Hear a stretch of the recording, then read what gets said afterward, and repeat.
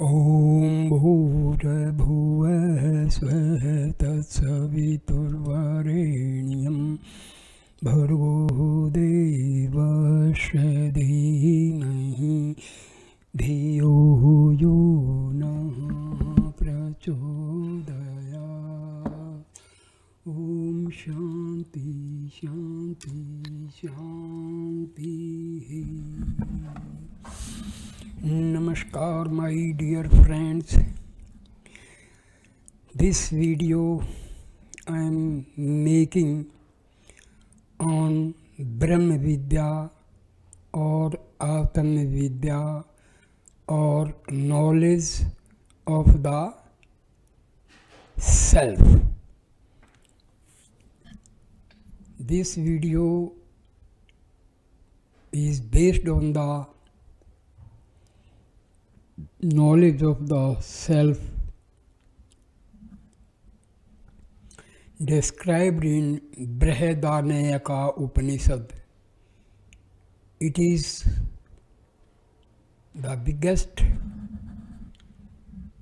Upanishad.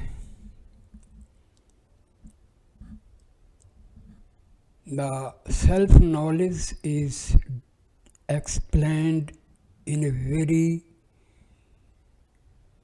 wonderful and detailed way.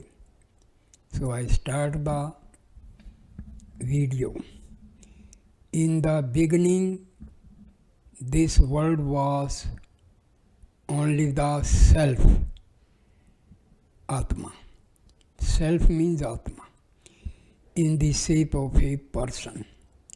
Looking around, he saw nothing else than the self. He first said, I am Soham. It is a Sanskrit word. Sa means that, Aham means myself. I am that. It means I am Brahma. There is no difference between Atma and Brahma. In the actual sense, our Atma is the Brahma. Soham is the first speaking of the Absolute itself. The word Absolute is used for God, the omnipotent God. The expression of the knowledge and knowing of the self. Soham is the name, embodiment of the primal being, the self of the universe and self of our selves. Soham is the consciousness of Brahma and of the self of each one of us. We too are Soham. In the section of the Yoga Sutras, chapter 1, stanza 27, dealing with Ishvara, the Supreme Lord, also known as Viraj, Patanjali makes this statement, Tasya Vachkaha Parnavaha. Vachka means speech, Parnavaha means Om, omnipotent Lord. His Vachka is the Parnava. Vachka means speech or speaking. Parnava means life, life giver, and breath principle, the breath word. It is commonly thought of as Om, but integrating this with the verse we have been considering, we see that the breath word is Soham. For he first said Soham.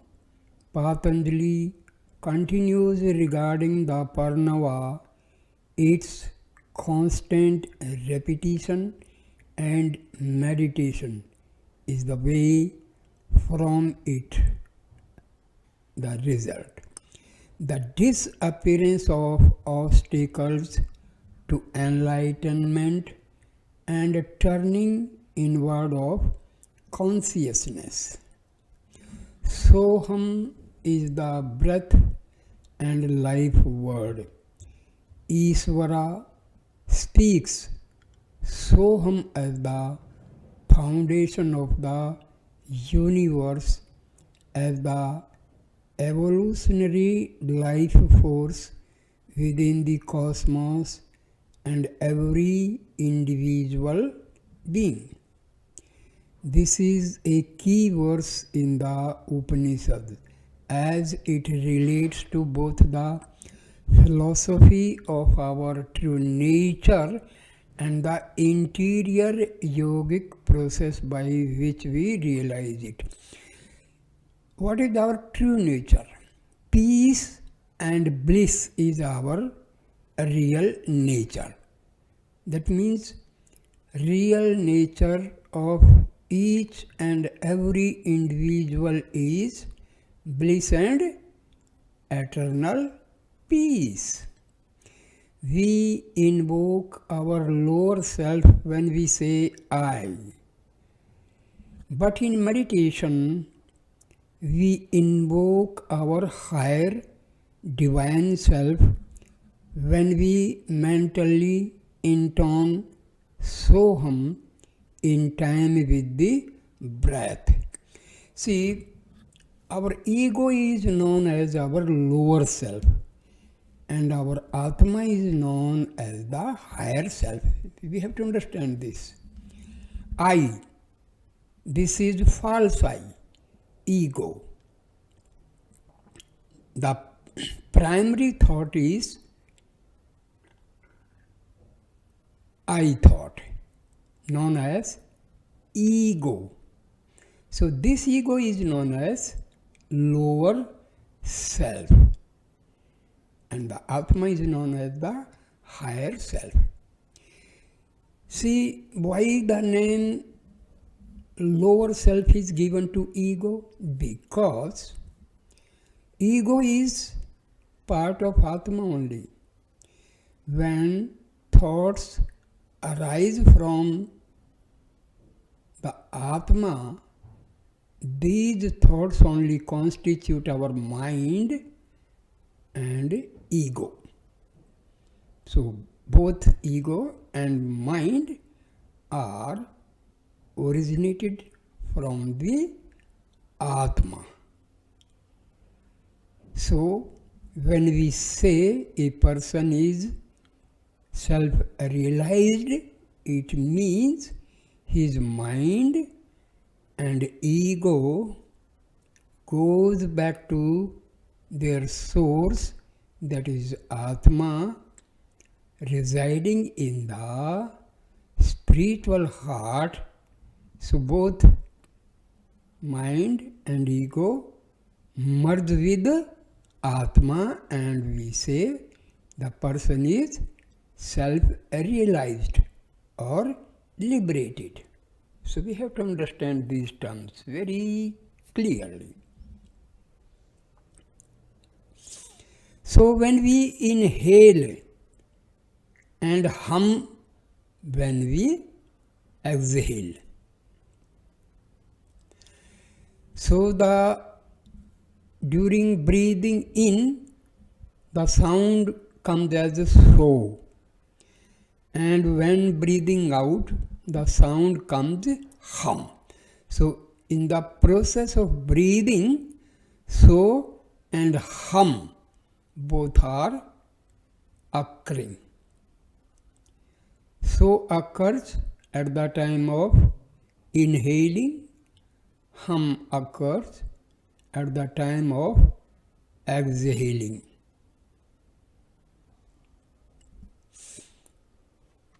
So Soham is also one of the mantra for self-realization. In the 16th verse of Isa Upanishad, it says, I am that Purusha. I am Soham. Purusha is the name of God, Brahma. And he says, Atma and Brahma are not separate from each other. So he says, I am, that means Atma is Brahma. At that time, this universe was undifferentiated. It became differentiated by name and form. He, the Self, Atma, entered in here as a razor is hidden in the razor case, or as fire in the fire source. The Self is to be meditated upon, for in it all these become one. At that time, this universe was undifferentiated. It became differentiated by name and form. At first, only undifferentiated unity existed, but inherent in it was all relative existence. Consequently, it expanded into the cosmos, causal, astral, and physical, which is nothing but endless variations of name, nama, and form, rupa. So we have to understand, this causal, astral, and physical. Our body is having three main parts. The first part, physical, which is visible. Second part is astral. It is constituted by our mind, ego, 10 pranas, buddhi, etc. Causal. So this is in Hindi we call it as Karan Sarira. So this is the spiritual part of our body.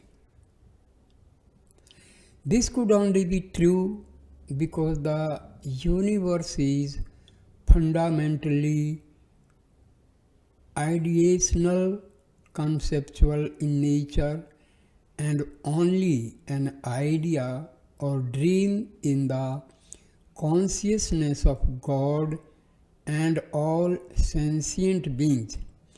Everything we see or experience is a thought in the minds of God and ourselves. That's why liberation can only be a matter of awakening, of the transformation of consciousness. Even good deeds are really just good thoughts. Thought and act are the same thing. However, differently they may seem to us who are asleep in the dream.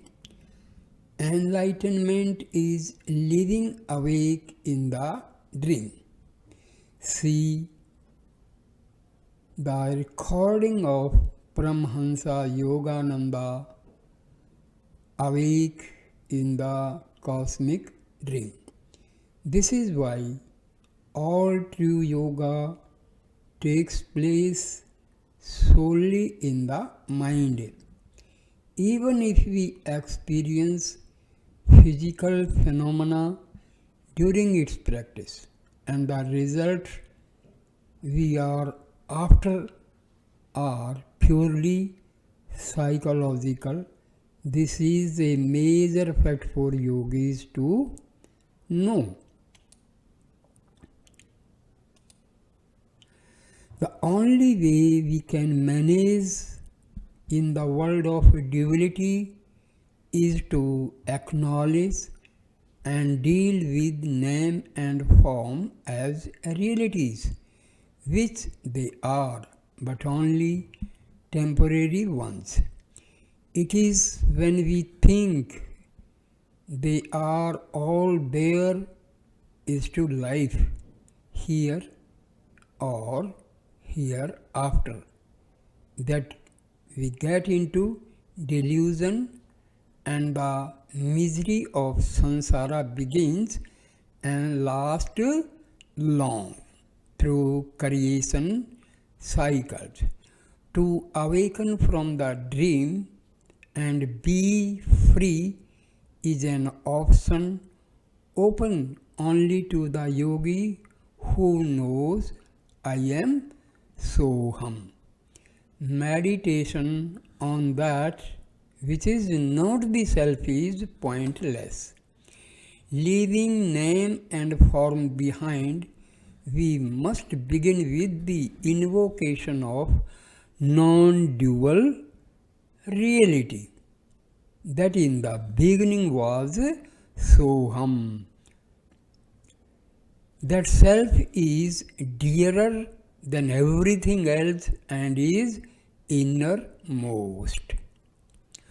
Nothing that is finite and external to us can satisfy us, because the only reality is infinite and within us, and that infinite and inmost entity is our own self.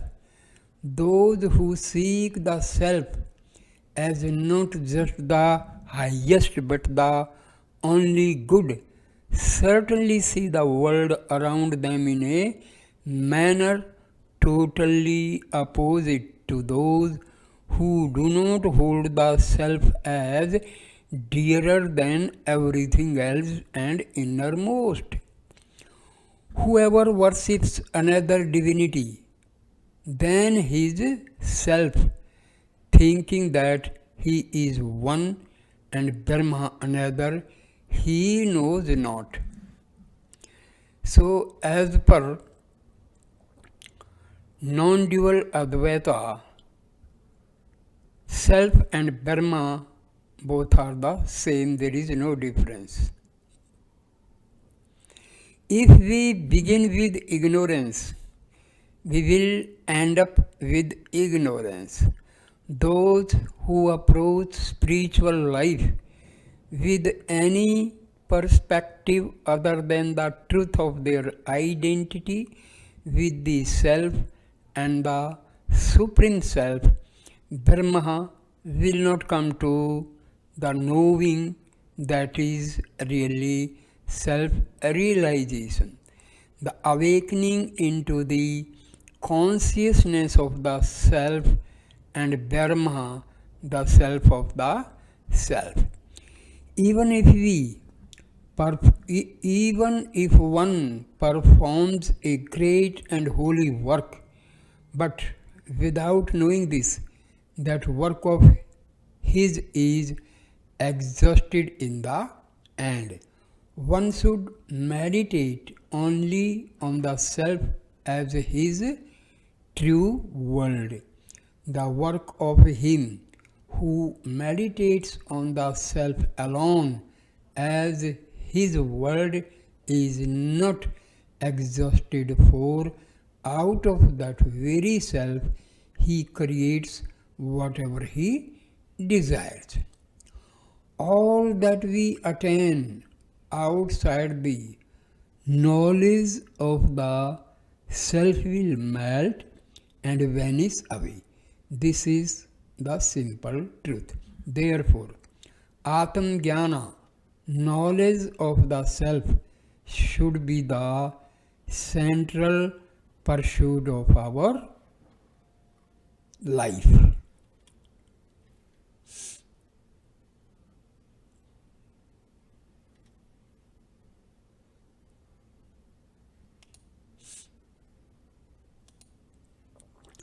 Only a matter of days before commenting on this verse, I read in a book of the teachings of Sri Gajanan Maharaj, a great 20th century master yogi, that the yogi who applies himself to sadhana for the realization of the self becomes himself the granter of all his desires. The great teacher Ajatstru was asked by a man named Gargaya to teach him the truth about Brahma. Ajatstru agrees, and this is what occurred. Taking him, Gargaya, by the hand, he rose. The two together came to a person who was asleep. They addressed him with these names: great, white-robed, radiant Soma. The man did not get up. He woke him by rubbing him with his hand. He then got up. Occasionally, in the Upanishads, we find humor used to make a point, and this is one of them. Coming across a sleeping man, Ajatshatu addressed him as the divine self, great, white-robed, radiant Soma, but it did no good, for the man was unconscious.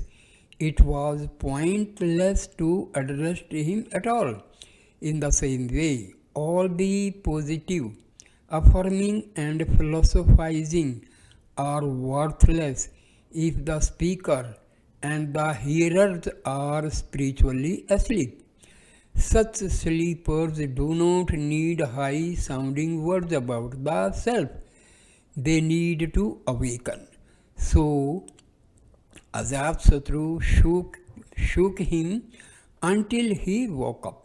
We need to be shaken up to awaken and see with our real eyes and hear with our real ears.